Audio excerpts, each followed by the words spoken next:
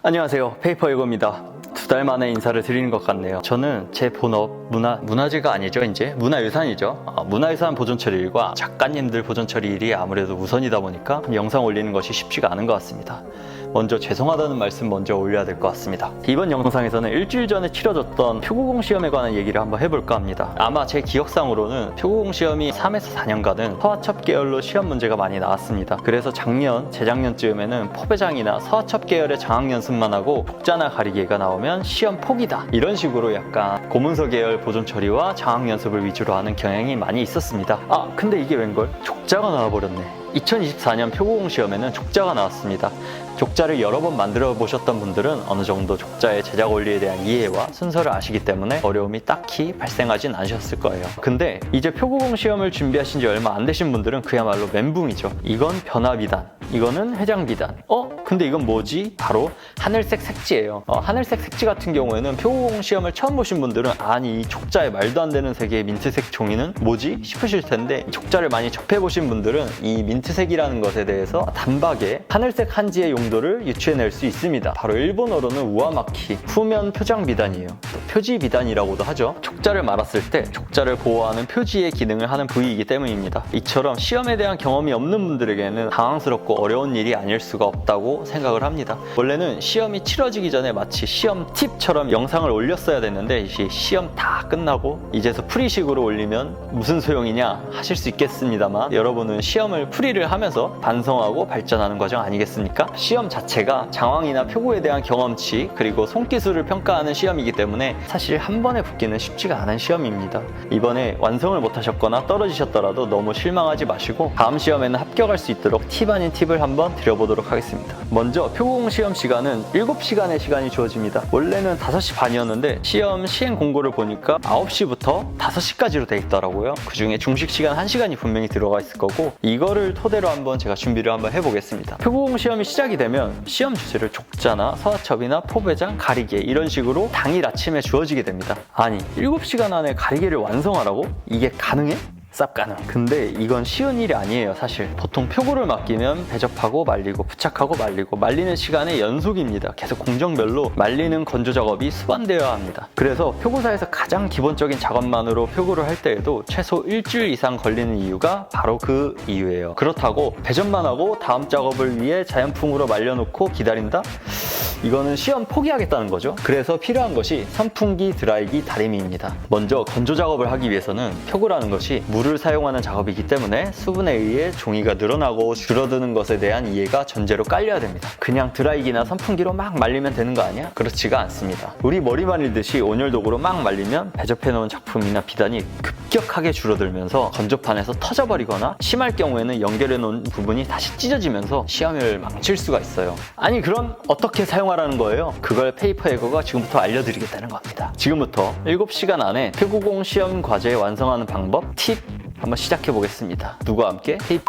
오늘 영상은 이번에 나왔던 시험 문제인 족자를 기준으로 한번 설명을 드려보겠습니다. 표구공 시험은 표구 및 전통 장항에 대한 역사나 기본 지식에 대한 면접, 그리고 주어진 재료의 올바른 사용 방법과 전문성, 그리고 작품의 완성도 정도로 크게 나눠볼 수 있을 것 같습니다. 면접 시험에 관한 팁은 이번 영상에서는 패스를 하도록 하겠습니다. 첫 번째로 주어진 재료를 출제 의도에 알맞게 사용하는 것입니다. 이번 시험 주제였던 족자도 종류가 너무나도 많습니다. 근데 국내에 가장 보편적으로 알려진 족자는 조선식 족자와 일본식 족자입니다. 족자는 작품에 둘러지는 변화비단과 상 하단에 부착되는 회장비단, 두 가지 비단이 사용되는 경우가 가장 많은데요. 이런 경우에는 보편적 경험치를 한번 활용을 해야 됩니다. 작품의 변화는 미색, 회장은 청색이지를 기준으로 삼아야 할 것입니다. 자, 다음은 배접지입니다. 족자 시험 때 주어지는 백색 한지들은 모두 배접지라고 판단하시면 되겠습니다. 근데 배접지가 어떤 건 얇고 어떤 건 두껍습니다. 여기서 알아야 할 것은 두꺼운 한지를 꼭 사용하려고 하지는 않으셔도 된다는 겁니다. 족자는 찰랑찰랑거리고 바람에 하늘하늘 날리는 것이 특징인 표구입니다. 근데 종이가 두껍게 되면 꺾임이나 유연성이 좋지 않은 경우가 많기 때문이죠. 자, 다음은 색지입니다. 색지는 갈색, 고화색, 붉은색, 하늘색 여러 가지 색이 나옵니다.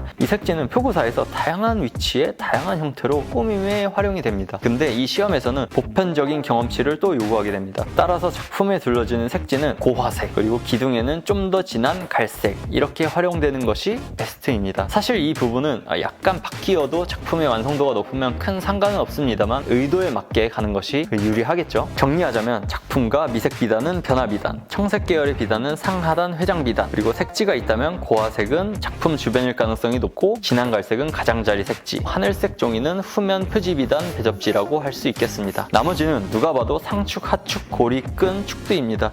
이건 다 아실 거라 생각하고 넘어가겠습니다. 두 번째는 보존 처리에 적합한 재료 및 도구를 지참하는 것입니다. 표고공 시험 준비물로 큐넷 홈페이지에 명시되어 있는 도구를 챙기는 것을 제외하고 시험 시 사용하면 굉장히 유용한 도구들이 많습니다. 경력이 매우 좋은 분들은 없어도 할 수는 있습니다만 우리는 시험의 합격률을 높이는 데 목적이 있지 잘하는 척하러 가는 것이 아닙니다. 먼저 소개할 도구는 라이트박스입니다. 찢어진 작품을 연결하고 배접 건조를 하게 되면 종이가 수축하면서 분명히 연결했는데 배접 후 다시 열어보니까 연결 부위가 벌어져 있는 경우가 자주 발생이 됩니다. 이러한 실수를 최소화하기 위해서 라이트박스 빛을 추가해서 작품의 연결 부위를 눈으로 확인하고 보다 정확하게 작업을 하는 것이 중요합니다. 두 번째는 화학 보조제입니다. 시험 문제로 나오는 회화 작품의 대부분이 스모카인 경우가 많은데 안류의 안정성이 매우 떨어져 있는 경우가 많습니다. 이러한 작품은 수분이 많이 가해질 경우 번질 우려가 매우 높기 때문에 손이 살짝만 닿아도 묻어나오는 경우가 많습니다. 이때 번짐의 우려를 최소화할 수 있는 보조 화학지를 작품의 전면에 깔고 작업을 하시는 것이 포인트입니다.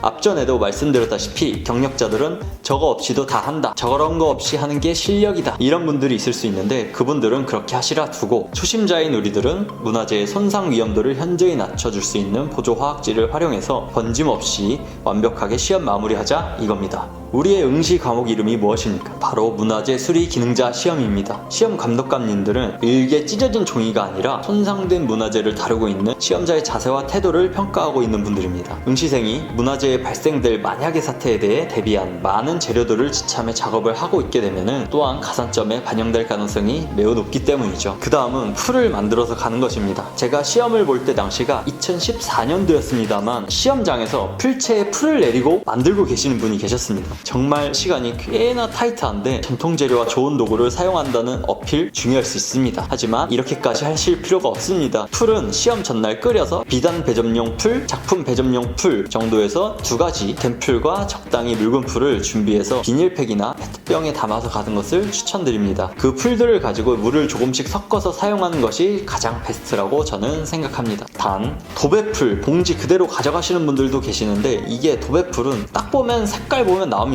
바로 알아요. 시험 성적이 합격과 불합격선에서 약간 애매한 분들인데 도배풀 가지고 했다? 정확하지는 않지만 좋은 선택은 아닐 것 같습니다. 다음 재료는 제대로 만들어진 표구 정황 도구입니다. 시험장에서 보면 일본 솔, 국내 지업사 솔, 중국산 솔 정말 다양합니다. 이런 도구들 다 좋습니다. 근데 도구를 제 기능에 맞지 않게 쓰는 것들은 피하시는 게 좋습니다. 예를 들면 들대 같은 거를 예를 들 수가 있어요. 들대는 이게 그냥 아무 걸로나 막 들어서 하시는 분들이 많아요. 막 대나무 자루도 하고 막 이상한 어디서 주워온 봉으로 하고 막 그런 분들 많습니다. 근데 여러분 명심하셔야 할 것이 있습니다. 우리가 작업하는 동안 심사위원님들 계속 돌아다니면서 체크하고요. 대접할 때의 테크닉, 솔질, 들대질 굉장히 중요하게 보고 가점하십니다. 근데 여기서 들대를 무슨 공사장 같은 데서 쓸 법한 아무 막대기나 쓰고 가지고 가서 한다? 좋은 선택이 아니죠. 들대는 그래도 잘 다듬어서 제작된 것을 사용하시기를 추천드립니다. 혹시나 제작이 필요하신 분들은 개별 연락을 주시면 따로 안내해드리겠습니다. 빼먹을 뻔한 것이 하나 있는데 바로 여러분들이 보거칼이라고 알고 계시는 바로 둥근 재단칼입니다. 배접된 비단을 재단하고 작품을 재단하고 두꺼운 책을 재단하고 정말 다방면으로 사용되는 도구입니다. 사실 커터칼이나 단면도를 사용하시는 것이 편한 건 사실인데요. 재단칼 사용을 손에 익혀두는 것이 굉장히 중요합니다. 둥근 칼은 커터칼과는 다르게 한쪽 면은 평면이어서 잘만 다루면 커터칼보다 훨씬 정밀하게 재단이 가능하고 특히 두꺼운 서화첩이나 서책을 재단할 때 필수적인 도구입니다. 둥근 칼의 사용은 여러분들의 시험 성적에 분명히 긍정적인 영향을 차지할 것이라고 감히 예측합니다. 브러쉬 도구는 아쉽게도 국내보다 일본제가 품질이 더 좋은 것은 사실입니다. 그렇다고 국내산 솔로 합격이 힘들다는 것은 아닙니다. 다만 풀솔, 소형, 그리고 물풀용 풀솔, 문지름솔, 타격솔, 물솔 이런 식으로 사용 방법에 따른 솔의 종류는 구분해 놓는 것이 좋습니다. 세 번째입니다. 세 번째는 시간 배분입니다. 여기서 중요한 것이 점심시간 1시간을 온전히 건조 시간으로 가져가야 한다는 것이 매우 중요합니다. 작품과 비단의 배접 후 건조 시간으로요. 이것은 촉자뿐만 아니라 서책, 서첩, 가리개 모두 공통되는 내용입니다. 반드시 모든 배접이 오전에 마무리가 되어야 해요. 만약 여기서 작품과 비단 배접을 완료하지 못하고 오후로 배접 공정이 밀리게 되면 건조 시간이 또 소모되고 표고 장항하는 시간에 30분에서 많게는 1시간까지 빼앗기게 되는 상황이 발생됩니다. 근데 오전에 배접을 끝내고 점심시간에 건조를 완료했다면 바로 건조판에서 떼어내서 비단 재단, 작품 재단, 그리고 장항 작업에 바로 들어갈 수 있는 유일한 위치를 점할 수 있는 것이죠. 여기서 팁을 하나 드리자면 시험 준비물로 비단을 한 마씩 나눠줍니다. 근데 이것을 그대로 배접해서 사용하시는 분들이 굉장히 많습니다. 근데 우리가 사용할 비단은 변화 비단 요만큼, 회장 비단 요만한 거 2개, 굉장히 조금이에요. 그래서 이때 비단을 미리 재단을 해버리는 것입니다. 아예 필요한 만큼만 배접을 해버리는 것이죠. 그러면 건조할 면적도 엄청나게 줄어들고 문양을 맞추는 어려움도, 큰 종이를 다룰 어려움도 없이 컴팩트한 사이즈의 배접만 빠르게 진행하면 되는 겁니다.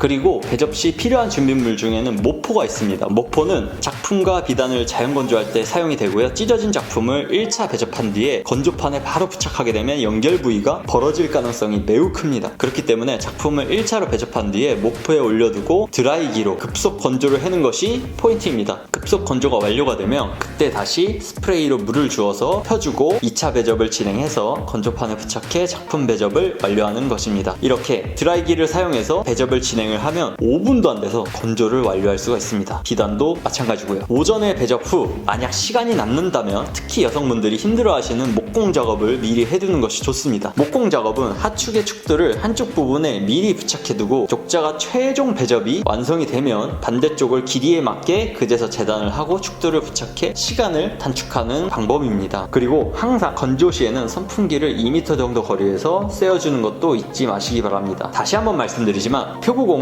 건조 시간 단축 싸움이기도 합니다. 다음은 장항입니다. 장항은 2차까지 배접된 작품과 비단을 크기에 맞게 정확히 재단하고 가장자리 부분에 풀마금 작업을 진행해서 올이 풀리지 않도록 합니다. 앞서 말씀드린 색지가 있으면 밝은 색은 작품의 변화에, 짙은 색은 회장 장항 후 기둥 부분에 사용이 됩니다. 작품의 재단부터 장항까지는 1시간에서 1시간 반 사이에 완료하는 것을 목표로 진행을 합니다. 장항 후에는 또다시 전체 배접입니다. 전체 배접 전에 가장 먼저 해야 할 것은 족자의 날개를 달아주는 것입니다. 족자의 날개는 비단과 한지로 제작된 족자의 수축이 너무 강해서 한 겹인 배접지가 찢어지는 것을 방지해주는 역할을 하기 때문에 필수로 부착해줘야 합니다.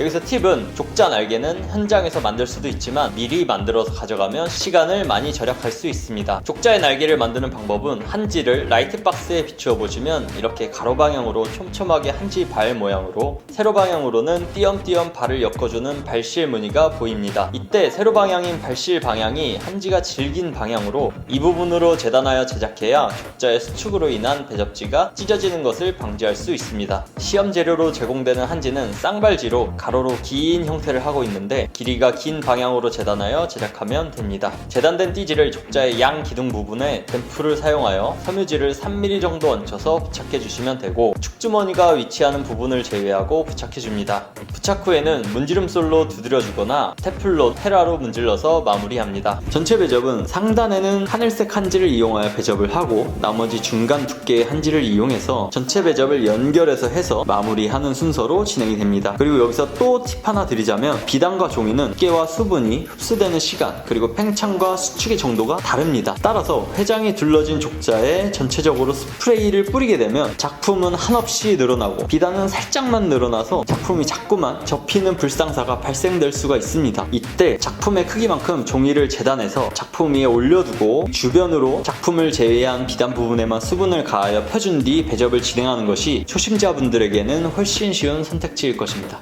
배접 시에 하시는 실수 중 하나가 하늘색 색지 후면 회장을 상단에 부착해야 하는데 열심히 배접해 놓고 보니까 아래에다 한 경우입니다. 시험이 워낙 정신없고 급하다 보니까 생각보다 많은 분들이 저지르는 실수 중에 하나입니다. 반드시 배접 전 작품의 상단이 우측으로 위치되어 있는지 확인해야 하고 만약 오른쪽으로 들떼지를 하시는 분들은 왼쪽으로 위치시켜서 상단에다 하늘색 색지를 배접할 수 있도록 합니다. 또 여기서 유의할 점은 하늘색 한지의 길이가 변화 비단을 넘어서 침범하지 않고 않고 회장 비단 안까지만 되어야 한다는 거, 그리고 변화 비단과 회장 비단이 연결된 연접 부위에 또다시 중첩 연접이 되지 않도록 하는 것입니다. 전체 배접지는 반드시 섬유를 풀어서 재단에 사용해야 하고, 배접지가 겹치는 부분은 3mm 정도가 넘지 않도록 하시는 것이 좋습니다. 연접 시에는 연결 부위가 젖어서 잘 보이지 않을 수 있는데, 이때 철제자나 아크릴자를 사용해서 미리 연접 범위를 표시하고 배접지 섬유를 철자에 얹혀서 배접하면 보다 수월하게 배접할 수 있습니다. 이때 유의할 점은, 후면 회장인 하늘색 색지는 칼로 재단해서 사용하고, 그 뒤에 연접되는 한지도 하늘색과 맞닿는 부분은 칼로 재단해서 사용해야 한다는 것입니다. 칼로 재단된 부분은 3mm 정도가 넘지 않도록 하는 것이 좋습니다. 정리하면, 후면 회장 상단부터 칼로 재단된 하늘색 종이가 부착되고, 뒤이어 하늘색과 맞닿는 한지도 칼질, 그 뒤 이어지는 부분은 모두 섬유를 살려서 연접해 턱이 지지 않도록 족자를 제작합니다. 배접 후에는 타격솔로 빠짐없이 족자를 두드려주고, 타격솔로 인해 발생된 부스러기나 바늘구멍은 전체적으로 수분을 가한 뒤 문지름솔로 한 번 더 문질러서 안정화해 줍니다.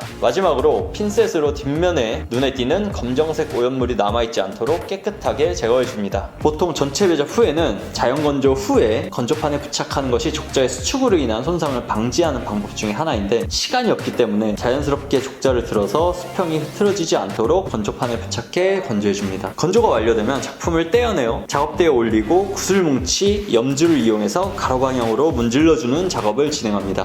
이때 중요한 점은 작업대가 완전히 건조되었는지 확인을 필히 해야 한다는 것입니다. 선풍기로 건조를 하게 되면 시간이 많이 단축이 돼서 족자는 다 말랐는데 작업대가 덜 마른 상태인 경우가 굉장히 많습니다. 이때 젖은 작업대에 그대로 작품을 올려두게 되면 다시 족자가 습기로 인해서 다시 우글우글해지고 시험을 망치게 되는 겁니다. 반드시 작업대가 말랐는지 확인 후에 작품을 올려두셔야 됩니다. 구슬뭉치 작업이 완료가 되면 족자의 가장자리 배접지 부분을 재단해줍니다. 색지를 둘렀을 경우에는 마름자를 이용해서 1mm 두께로 재단을 해줍니다. 2mm 두께로 재단할 경우에는 색지의 노출이 많아지고, 만에 하나 재단이 덜 돼서 흠이 발생하게 되면 눈에 너무 잘 띄기 때문에 저는 1mm 부분으로 재단하는 것을 추천드립니다. 1mm, 2mm입니다.